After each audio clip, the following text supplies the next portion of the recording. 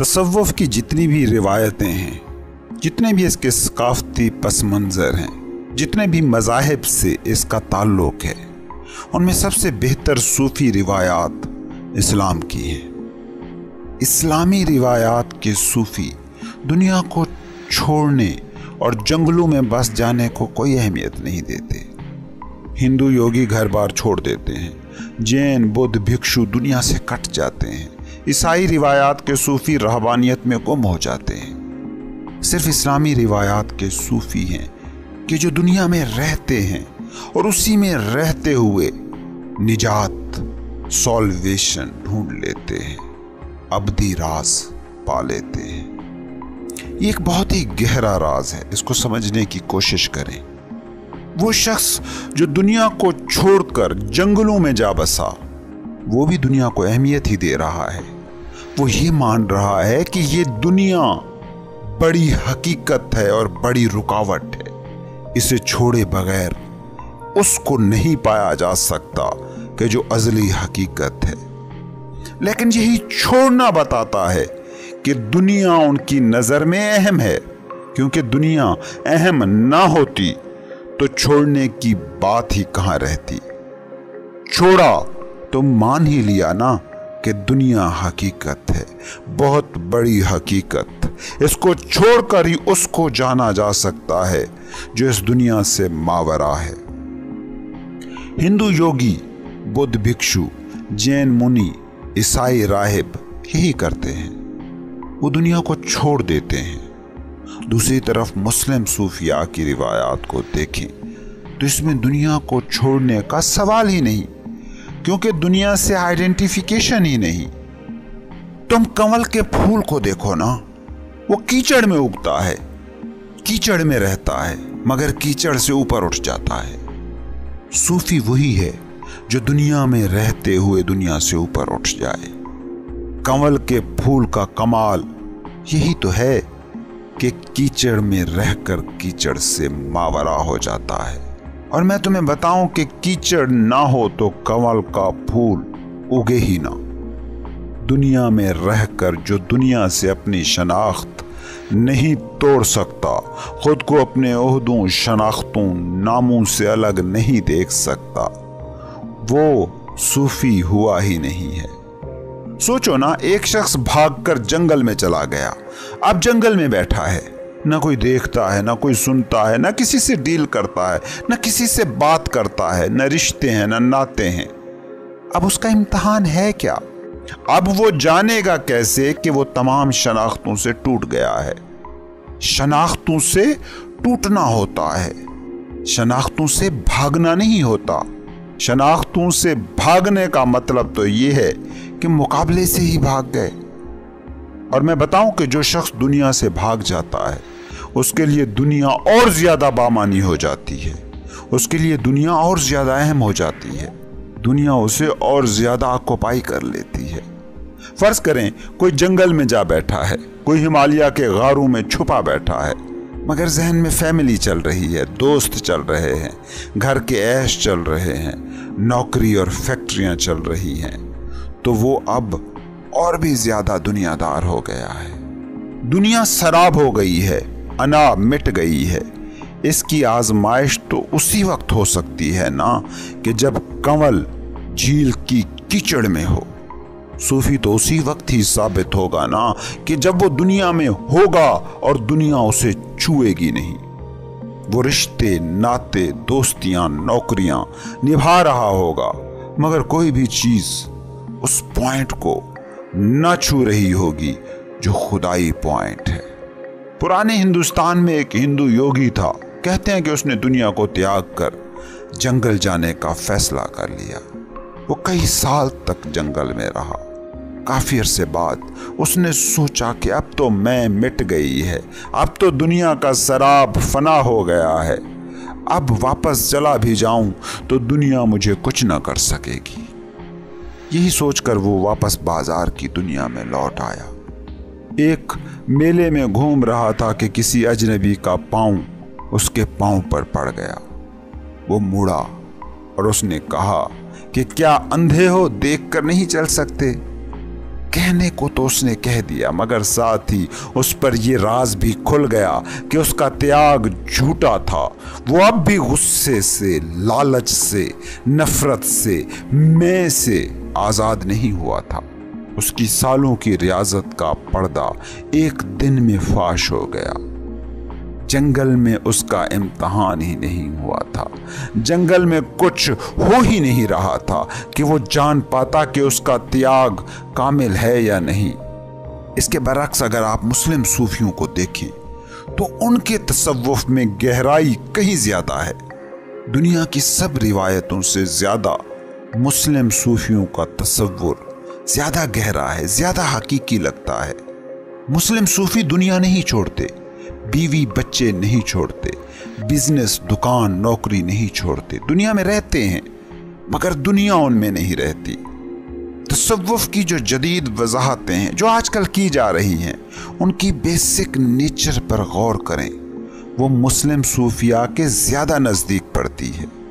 सूफी वही है जिसने खुद को नामों, लेबलों, ओहदों, शनाख्तों से डिसआइडेंटिफाई करना जान लिया, जिसने जान लिया कि जिस्म मेरा है मगर मैं बस यही जिस्म ही नहीं हूँ, जिसने जान लिया कि दिमाग मेरा है, थॉट्स मेरे हैं मगर मैं बस इन्हीं थॉट्स का, इस दिमाग का ही नाम नहीं हूँ, जिसने ओहदों को अपना ओहदा जाना मगर खुद को ओहदा ही नहीं मान लिया। ये है वो हालत कि जिसमें भागना नहीं भोगना होता है। भागने वाले सूफी नजर आ सकते हैं बज़ाहिर मगर होते नहीं हैं, लेकिन भोगने वाले अगर पूरी तरह भोग लें तो एक दिन वो जान ही लेते हैं कि हकीकत क्या है। इसको यूं समझें, एक शख्स गरीब है और वो इधर उधर से सुनकर, किताबों में पढ़कर, सूफियों को सुनकर ये कहने लगता है कि दौलत खुशी नहीं दे सकती। और एक दूसरा शख्स है जो दौलत कमाता है और बेइंतहा कमाता है और तब ये जानता है कि खुशी, सुकून और इत्मीनान इससे नहीं मिल सकता। फिर वो कहता है दौलत खुशी नहीं दे सकती। तो इन दो लोगों के तजर्बे बिल्कुल ही अलग हैं, एक दूसरे के बिल्कुल मुतज़ाद हैं। एक का कहना बस सीखा सिखाया, सुना सुनाया है, और दूसरे का कहना उसका तजर्बा है, उस पर गुजरा है, उस पर बीता है। एक शख्स किताबों को पढ़कर मान लेता है कि गुस्सा बेकार है, कि गुस्सा दूसरे की खता की सजा खुद को देना है, और एक शख्स है कि जिसने गुस्सा किया और इतना किया कि बीपी का मरीज हो गया और दिल के दौरे तक जा पहुंचा। अब उससे डॉक्टर ने कहा कि तुमने गुस्सा किया तो जान से जाओगे। अब ये शख्स कोशिश भी करेगा तो गुस्सा नहीं कर सकेगा। मगर वो शख्स जिसने बस माना ही हुआ है, यानी तकरीबन हर शख्स, वो एक तरफ ये कहता रहेगा कि गुस्सा नहीं करना और दूसरी तरफ वो गुस्सा करता भी रहेगा। ये फर्क है भागने और भोगने में। इसीलिए सूफी कहते हैं कि तुम्हें अगर गुस्सा आता है तो जब गुस्सा आए तो इससे भागो मत, इसको देखो, बी ऑब्जर्वर। इसको देखने में ही तुम इससे आजाद हो जाओगे, क्योंकि जब तुम गुस्से को देखते हो तो उस वक्त तुम में और तुम्हारे दिमाग में मौजूद गुस्सीले थॉट्स के दरमियान एक गैप आ जाता है, और उसी गैप का नाम है इनलाइटनमेंट। वही हकीकी सूफी है जो हर वक्त इस गैप से आगाह है, जो गैप उसे और दुनिया को अलग करता है। मॉडर्न थॉट्स वाले लोग सूफियों को फरारिया कहते रहे हैं, एस्केपिस्ट करार देते रहे हैं, और अक्सर सूफियों के लिए शायद उनका ये दावा ठीक भी हो, मगर हकीकी सूफियों के लिए उनकी ये मंतक बिल्कुल ही गलत है। हकीकी सूफी भागता नहीं है, न सिचुएशन से, न लोगों से, न दुनिया से। हाँ, वो ये जानता होता है कि ये जो भोग रहा है ये मेरा जिस्म है, जो भोग रहा है वो मेरा दिमाग है, जबकि मैं तो कॉन्शियसनेस हूं, मैं तो वो खुदाई मकाम हूं जिसे मजहब की जबान में रूह कहा जाता है। इंसान से जो बड़ी गलती हो रही है वो यही है कि वो खुद को एक ऐसा जिस्म समझता है जिसमें रूह पाई जाती है। हकीकत लेकिन ये है कि इंसान रूह है जो जिस्म के जरिए से बस इस वक्त अपना इजहार कर रहा है। सवाल, सर आप भी अब सूफियों को कैटेगरीज में तकसीम करते हैं, मतलब मुस्लिम सूफी और गैर मुस्लिम सूफी। सूफी पर मजहब का लेबल लगा रहे हैं। आपसे सीखा है कि हकीकी सूफी बस सूफी ही होता है, और अब आप मुस्लिम सूफी को ज्यादा फोकियत दे रहे हैं। क्या हकीकी सूफी सब एक नहीं होते? क्या हकीकी सूफी का मजहब भी हो सकता है, वो भी अलग अलग? मेरे ख्याल में ये भी अना है। वैसे मैं भी लाइल्म हूँ, गलती हो सकती है। जवाब, आपका सवाल दुरुस्त है, लेकिन जो बात मैं कर रहा था वो बुनियादी तौर पर यह थी कि मुस्लिम सूफी और बाकी रिवायात के सूफियों के दरमियान मौजूद फ़र्क क्या है।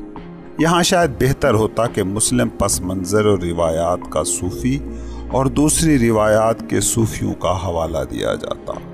इससे मुराद ये है कि हर सूफी जो किसी ख़ास ज़मान और मकान में मौजूद है, उसे किस किस्म का माहौल मुयस्सर आता है और कौन सा माहौल साजगार या नासाजगार होता है, इसको अमली हकीकत के तौर पर देखना चाहिए।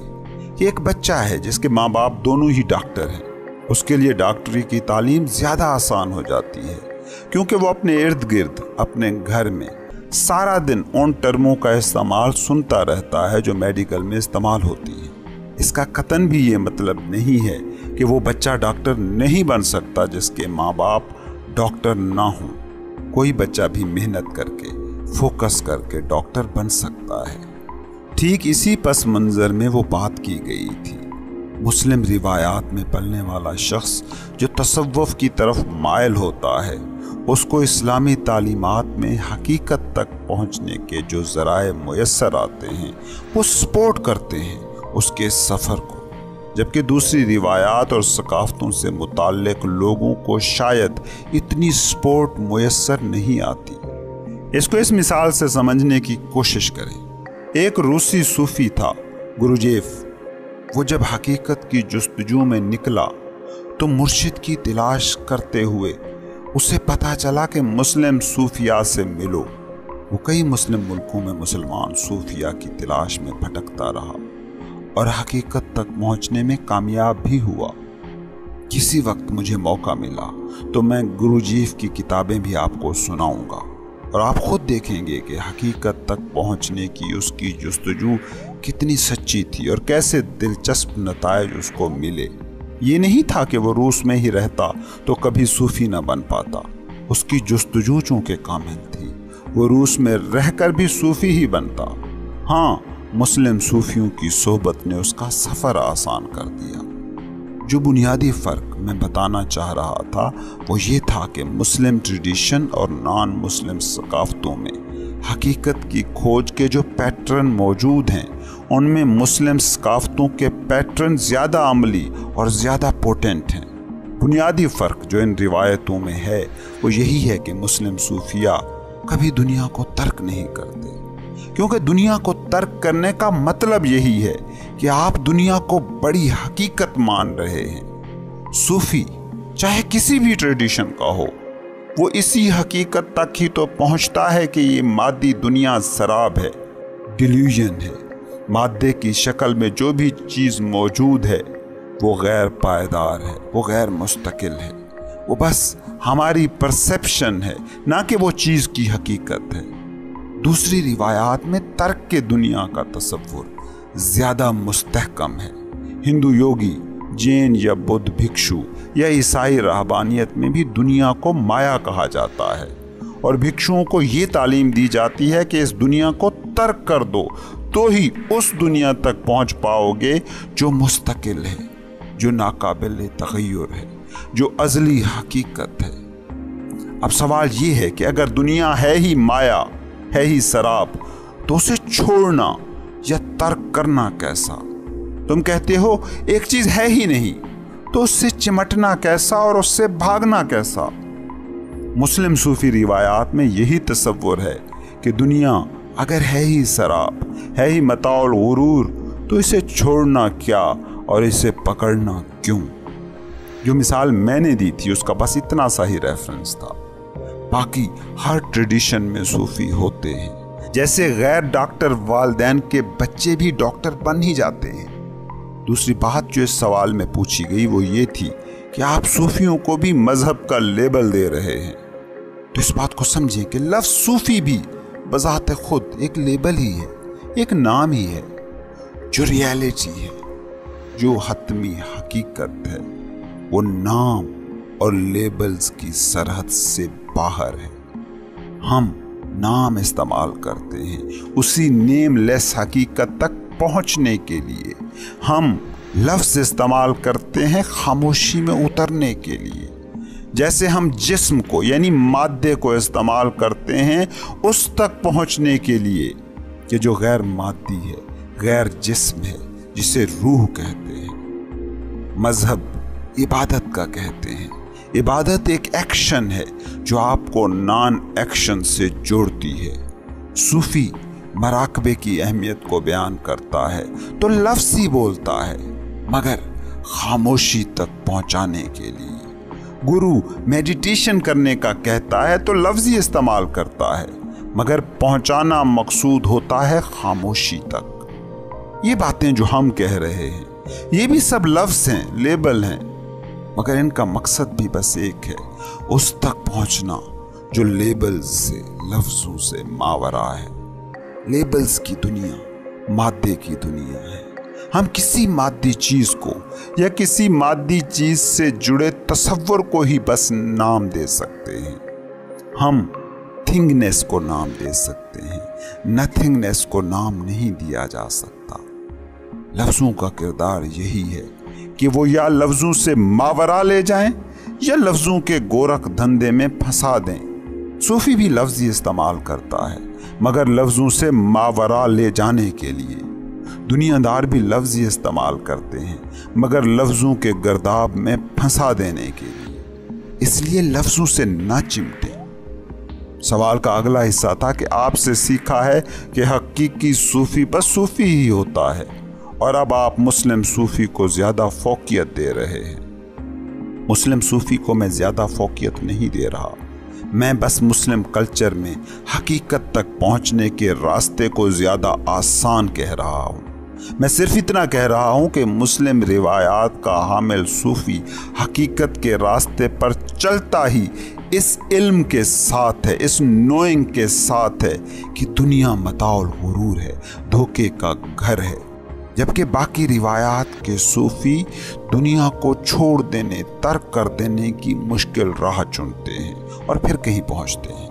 पहुंचते दोनों ही एक हकीकत पर हैं, बस एक रास्ता जरा ज्यादा आसान है और एक रास्ता थोड़ा सा मुश्किल है। जैसे आप कहते हैं कि मैंने फलां गांव जाना है, अब उस गांव की तरफ जाने के 4 रास्ते हैं, जिनमें एक ज्यादा आसान और डायरेक्ट है, बाकी 3 रास्ते मुश्किल और इनडायरेक्ट हैं।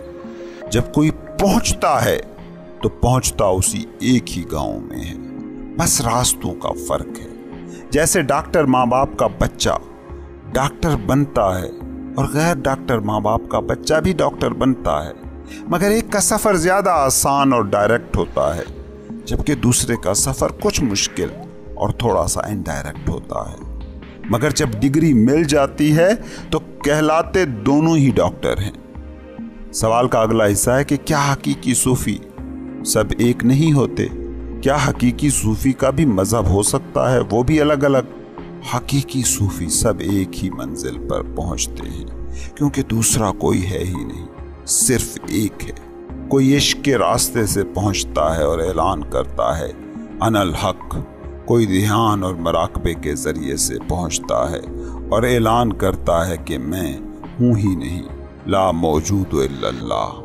दोनों एक ही ऐलान कर रहे हैं, दुई के मिटने का ऐलान।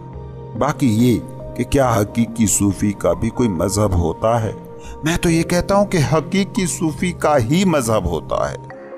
बाकियों के लिए तो मजहब भी बस एक अनाई शनाख्त है, जैसे पाकिस्तानी या हिंदुस्तानी होना, जैसे अंग्रेज या पंजाबी होना, जैसे डॉक्टर या इंजीनियर होना, वैसे ही मुस्लिम, हिंदू, ईसाई या सिख होना। इस बात को समझिए कि अना के पास जो भी कुछ होता है वो सीखा हुआ होता है, वो इर्द गिर्द से मुस्तार होता है। अना इन्हीं शनाख्तों के मजमूए का ही तो नाम है कि कोई आपसे पूछता है कि आप क्या हैं, तो आप अपने बारे में भी लोगों को वही बताते हैं जो अपने बारे में आपने लोगों से सुन रखा है। अपना नाम, अपनी डिग्री, अपनी कौमियत, अपना मजहब, ये सब आपने बाहर वालों से ही सुना है। मजहब ये तो आपकी जाती खोज है। मजहब तो उस रास्ते को पाने की जुस्तजू का नाम है जिस रास्ते पर ये कायनात महवे सफ़र है। मजहब उस फार्मूले से हम आहंग हो जाने का नाम है जिस फार्मूले पर कायनात तश्कील पाई है।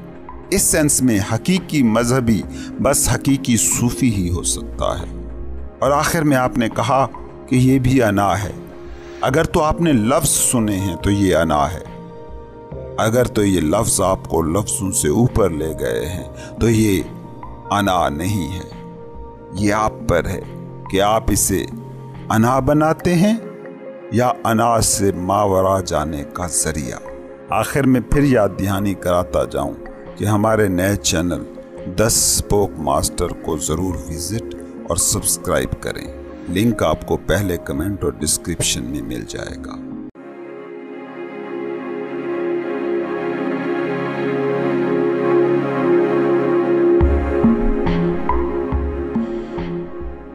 एक दफा एक बुजुर्ग ने किसी अजनबी बच्चे से पूछा, तुम्हें पता है कि तुम कौन हो? सवाल बहुत ही सादा था, मगर बच्चे ने उसका जो जवाब दिया वो सादा नहीं था। और वही जवाब तुम्हारी दुनिया का अलमिया बताता है। याद रखो, बच्चे ज्यादा क्लियर, ज्यादा वाज़ेह होते हैं। उनकी नफ्सियात में अभी वो गिरह नहीं पड़ी होती जो उन्हें उनसे दूर ले जाएं। बच्चे ने जो जवाब दिया वो ये था, आपका सवाल बहुत मुश्किल है, मुझे समझ नहीं आ रही कि मैं इसका क्या जवाब दूं। मैं अपने वालिदैन का इकलौता बेटा हूं। कोई कहता है कि मेरी आंखें अपने बाप जैसी हैं, कोई कहता है कि मेरा नाक मेरी माँ जैसा है, किसी के लिए मेरी आवाज़ मेरे ताया जैसी है, किसी को मेरी चाल में दादा की अदा नज़र आती है, किसी को मेरी शक्ल दादी जैसी नज़र आती है, कोई कहता है मेरे बाल नाना जैसे हैं। और मैं सच में कंफ्यूज हूँ कि मैं कौन हूँ, क्योंकि कोई भी तो नहीं कहता कि मुझ में कोई शय मेरे जैसी है। कुछ तो मुझ में मेरा भी हो। कभी किसी वक्त खामोश बैठो और खुद से पूछो, तुम कौन हो? यकीन मानो, तुम्हारे तुम होने में तुम्हारा कुछ भी तुम्हें नहीं मिलेगा।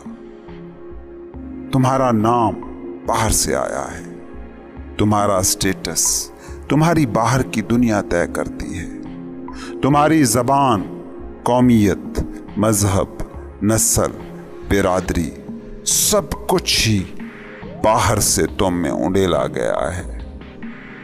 तुम जिसे तुम कहते हो उस पर जरा गौर करो और बताओ कि इसमें तुम्हारा है क्या। तुम भी नेचर की इकलौती औलाद हो। तुम्हारी हस्ती जैसी कोई हस्ती इस पूरी कायनात में नहीं है।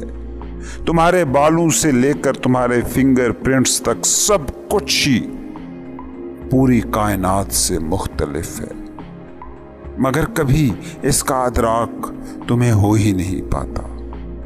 हर बच्चे के साथ ऐसा ही हो रहा है, क्योंकि उनके माँ बाप के साथ यही हुआ था।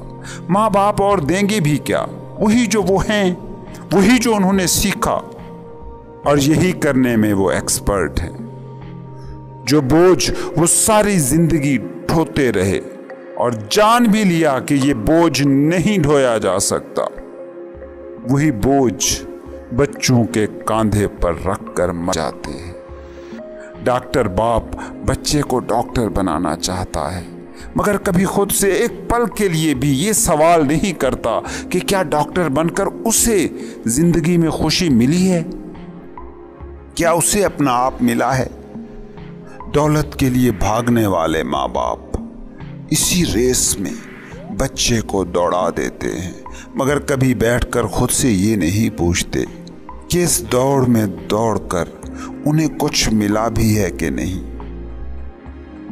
जिस दिन तुमने बच्चों को बच्चा रहने दिया, उन्हें कुछ बनाने पर अपना इसरार छोड़ दिया, उस दिन नया इंसान जन्म लेगा जो झूठा नहीं होगा, जो फेक नहीं होगा, जो किसी की कॉपी कैट नहीं होगा, जो ओरिजिनल होगा और रियल इंडिविजुअल होगा। तुम बच्चे को खुद नहीं बनने देते, तुम बच्चे पर अपने वो सारे अज़ाइम, अपनी वो सारी एम्बिशंस थोपे जा रहे हो जो तुमसे भी पूरी नहीं हुई और उनसे भी नहीं होगी। तुम अपने बच्चों की शक्ल में फोटो कापियां बनाने पर बज़िद हो, लेकिन ये नहीं सोचते कि बच्चा परफेक्ट तरीन भी फोटो कापी बन गया तो वो होगा तो कॉपी ही, कभी ओरिजिनल होने का एहसास तो उसे नहीं मिलेगा। अगर बच्चा तुम्हारा अक्स बन गया, तुम्हारा इमेज बन गया, तो वो खुद कभी ना बन सकेगा, और जो खुद ना बन पाया वो खुदा भी कभी ना पा सकेगा। मतलब वो उस बीइंग को ना छू सकेगा जो वाहिद हकीकत है, जो अल्टीमेट रियलिटी है। हर बच्चे की अपनी मंजिल होती है। वो अगर कॉपी बन गया तो बहुत कुछ पाने के बावजूद भी कभी खुद को ना पा सकेगा, वो अपना ना हो सकेगा, और अपना ना हुए बिना इत्मीनान कभी हासिल नहीं हो सकता। इंसानों को देखते हो, ये हर वक्त किसी चीज के पीछे हैं, हर वक्त इनमें किसी कमी का एहसास जागा रहता है, हर वक्त कुछ चाहिए होता है कि जो उन्हें भरपूर होने का एहसास दे सके, जो उन्हें फुलफिलमेंट की फीलिंग दे सके। बाहर से कुछ ऐड हो जाए, लेकिन कुछ भी इंसान पाले, अगर वो नहीं पाया जो उसमें उसका ओरिजिनल है, उसकी बेचैनी खत्म नहीं हो सकती, उसकी तिश्नगी नहीं मिट सकती, उसे पूरा होने का एहसास नहीं मिल सकता। तुम्हारा तुम हो जाना है तुम्हारे इस मर्ज की दवा, और तुम्हारे तुम होने के लिए तुम्हें बाहर से कुछ नहीं चाहिए। बाहर की सारी तुम्हारी सरगर्मियां तो धोखा हैं जो तुम खुद को देते हो। तुम इन सरगर्मियों से उस कमी को किसी तरह पूरा कर देना चाहते हो जो तुम्हारे तुम ना होने की कमी है। कितना भी दौड़ लो, कुछ भी कर लो, अगर तुम ना हो सके तो तिश्ना ही रहोगे। ये जिसे तुम सूफी कहते हो वो कुछ भी नहीं करता। बेदार रूहें कुछ भी तो नहीं करती, बस वो हो जाती हैं जो वो हैं, और यही सूफी के सुकून का बुनियादी राज है। तुम जहां दौड़कर पहुंचना चाहते हो, सूफी वहां रुक कर पहुंच जाता है। कहते हैं कि सिकंदर जब दुनिया को फतह करने के लिए यूनान से रवाना होने लगा, तो वो यूनान के मशहूर सूफी फिलोसोफर डायोजनीज के पास गया। डायोजनीज एक भिखारी की तरह सड़क के किनारे पर एक कुटिया में रहता था। उसने सिकंदर से पूछा, कहाँ का इरादा है, कहाँ जा रहे हो? उसने कहा कि इंडिया पर हमला करने। डायोजनीज ने कहा कि इसके बाद क्या करोगे? उसने कहा कि बाकी दुनिया फतह करूंगा, पूरी दुनिया को फतह करूंगा। डायोजनीज बोला, जब सारी दुनिया फतह हो जाएगी तो तब क्या करोगे? सिकंदर ने कहा, फिर मैं सुकून से बैठूंगा, आराम करूंगा। डायोजनीज ने कहा कि फिर इतना जलील क्यों होना, इतनी दौड़ धूप काहे की? अगर सुकून से बैठना ही मंजिल है तो देख, मैं दुनिया तो कुजा एक मरला भी फतह किए बिना सुकून से बैठा हूं। अगर सुकून ही से बैठना है तो फिर यहां मेरे साथ बैठ जा। सिकंदर को उसकी बात तो दिल में लगी, मगर वो जिस दौड़ में दौड़ रहा था उससे रुकना कुछ इतना आसान नहीं था। उसने कहा, तुम्हारी बात तो ठीक है, लेकिन मैं अब सफर का इरादा कर चुका हूं। जब लौटूंगा तो फिर मैं भी तुम्हारी तरह सुकून से बैठ जाऊंगा। डायोजनीज ने उसे कहा कि सिकंदर, याद रखना, तुम पर कभी ये वक्त नहीं आएगा, क्योंकि बाहर से अंदर को भरने की दौड़ इतनी अंधी है कि आंख ही तब खुलती है जब सब मिट रहा होता है। और डायोजनीज की बात सच साबित हुई। इसी हमले के दौरान ही सिकंदर की मौत हो गई। कहते हैं सिकंदर अपनी आखिरी सांसें गिनते हुए उसी डायोजनीज फकीर को याद कर रहा था जो अपनी झोंपड़ी में बिना साजो सामान के पड़ा था।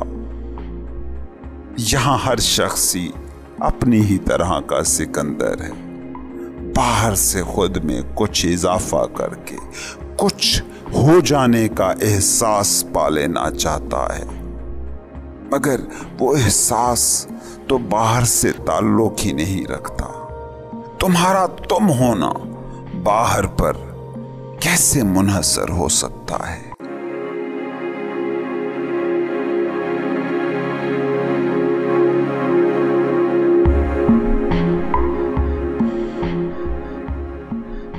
इब्राहिम बिन अदहम बलख के बादशाह थे।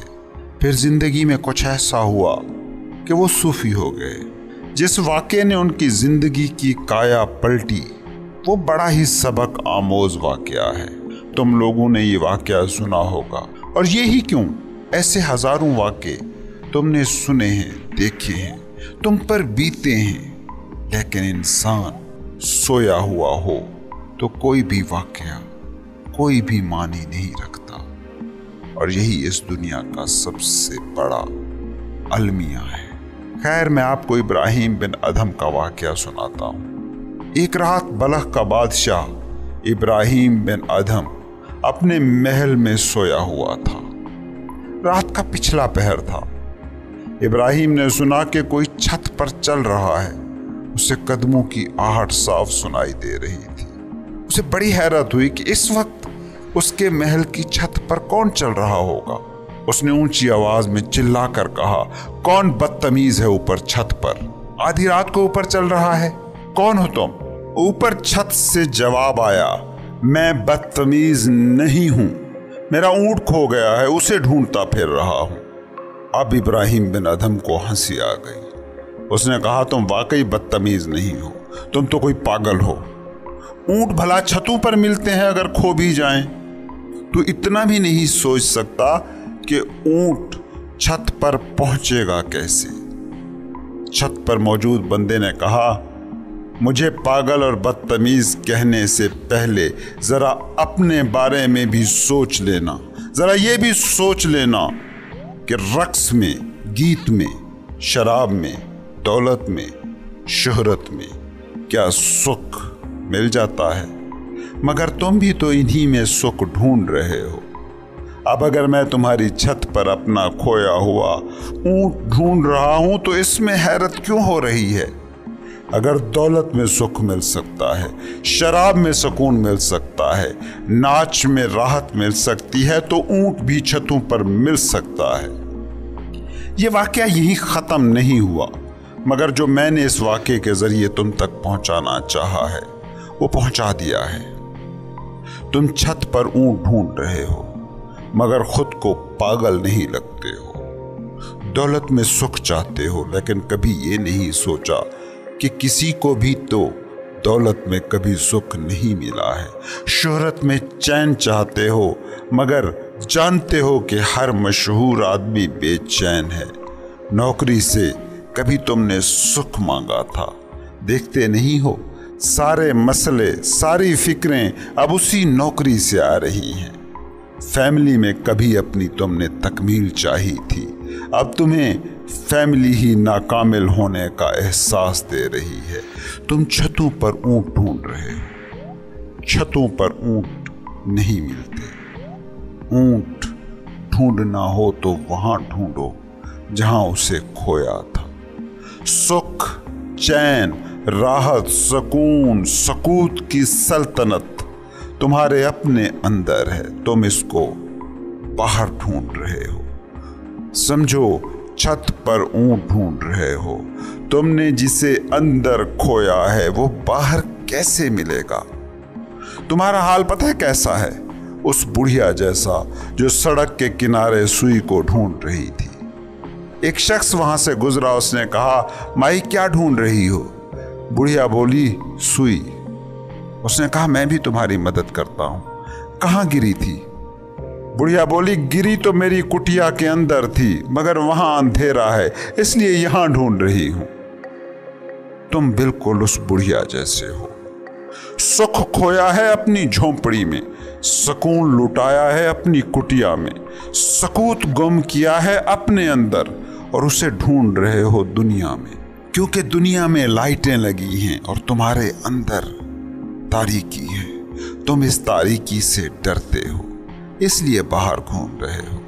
मगर याद रखना, बाहर कुछ मिलेगा नहीं, क्योंकि जो तुम ढूंढ रहे हो वो बाहर है ही नहीं, तो मिलेगा कैसे? उसे ढूंढना है अगर जिसे तुमने खो दिया है, तो उसी अंधेरे झोंपड़े में ही खपना पड़ेगा। या फिर जैसे महात्मा बुद्धा कहता था कि अपने दिए आप बनो, या फिर चिराग बन जाओ कि रोशनी के लिए बाहर के मोहताज ही ना रहो।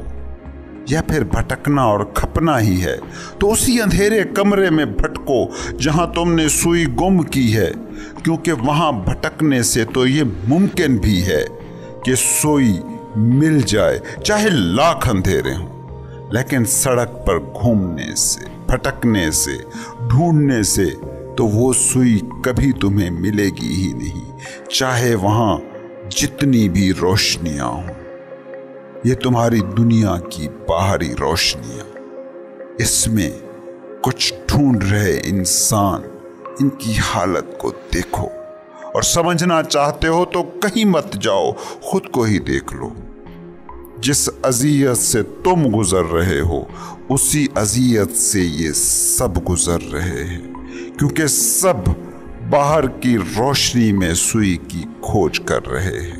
वो रूह की सुई जो तुमने अपने जिस्म के खेमे में खोई थी, उसे सब बाहर ढूंढ रहे हैं और ऐसे ऐसे धोखे खुद को दे रहे हैं। कभी इन पर गौर करो तो सिवाय हंसने के कुछ और न कर सकोगे। गरीब अमीर को देखकर कहता है कि इसके मजे हैं, लेकिन इस गरीब को ये नहीं मालूम कि वो अमीर रात को बेचैन बिस्तर पर करवटें बदलकर उन दिनों को याद करता है जब वो गरीब था और चैन से सो जाता था। बेनाम मशहूर लोगों से हसद करते हैं और मशहूर बेनामी की जिंदगी को याद करके दिन बिताते हैं। सब ने कुछ डिल्यूजन पाल लिए हैं, सब ने कुछ बहाने तलाश कर सोई को सड़क पर ढूंढना जारी रखा हुआ है। और ये बहाने, ये डिल्यूजन उन्होंने औरों के लिए नहीं, खुद के लिए पाल रखे हैं, क्योंकि इनको भी मालूम तो है कि सुई गलत जगह पर ढूंढ रहे हैं, मगर इस गलत को करने के लिए भी तो कोई मंतक चाहिए। सो उन्होंने ये मंतकें बनाई हुई हैं। अगर तुम देख सकते तो देखते कि वो जो तुम्हारे आदर्श हैं, जिन जैसी शोहरतें तुम चाहते हो, जिन जैसी दौलतें तुम चाहते हो, जिन जैसे घर तुम चाहते हो, जिन जैसी कारें तुम चाहते हो, वो ये सब पाकर भी खुश नहीं है। नहीं, ये वजह नहीं कि कारों में खुशी नहीं, दौलत में लुत्फ नहीं, घरों में मजा नहीं, शोहरत में राहत नहीं। सुई को अगर वही ढूंढ लिया जहां खोई थी, तो फिर लुत्फ, मजा, राहत, सुकून, सकूत हर जगह है। फिर कोई फर्क नहीं पड़ता कि तुम रईस हो या भिखारी। दौलत बुरी नहीं है, बेहोशी बुरी है। शोहरत बुरी नहीं है, सुई को गलत जगह पर ढूंढना बुरा है, बंगला बुरा नहीं है, अनकॉन्शियस जीना बुरा है। बुराई बस एक है, बेहोशी का जीना, आदती जीना, हैबिचुअल लिविंग। इनलाइटनमेंट क्या है? इनलाइटनमेंट नाम है कॉन्शियसली जीने का। तसव्वुफ नाम है रूह की बेदारी